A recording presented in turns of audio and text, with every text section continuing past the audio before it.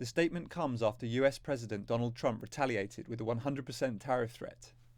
The ministry has outlined Beijing's stance on 4 key issues, including China's consideration for the measures, their implementation, Trump's 100% tariff threat, and US port fees on Chinese vessels.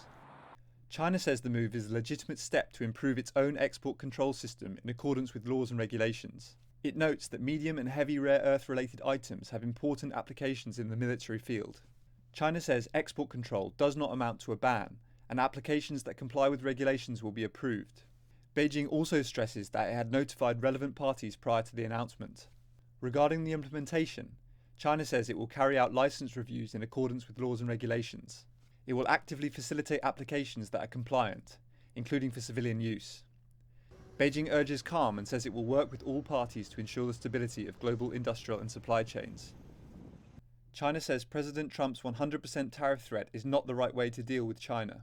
It says that the US has broadly defined national security, abused export controls, adopted discriminatory practices against China, and implemented unilateral long-arm jurisdiction measures on products such as semiconductor equipment and chips. China says it does not seek a trade war but is not afraid of one. China urges the US to promptly correct its wrong practices, follow the important consensus reached by the heads of state of both countries in their phone call, preserve the hard-won results of the consultations, and continue to leverage the China-US economic and trade consultation mechanisms.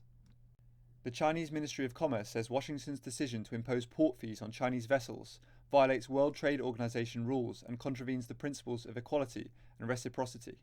China has provided a written response to accusations by the US and proposed recommendations for cooperation in relevant industries. The ministry says China had no choice but to take countermeasures after the US insisted on implementing these measures to safeguard its legitimate rights and interests.